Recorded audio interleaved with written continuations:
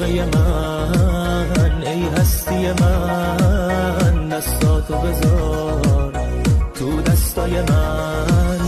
ای خوشگل من، چشم روشن من، گرم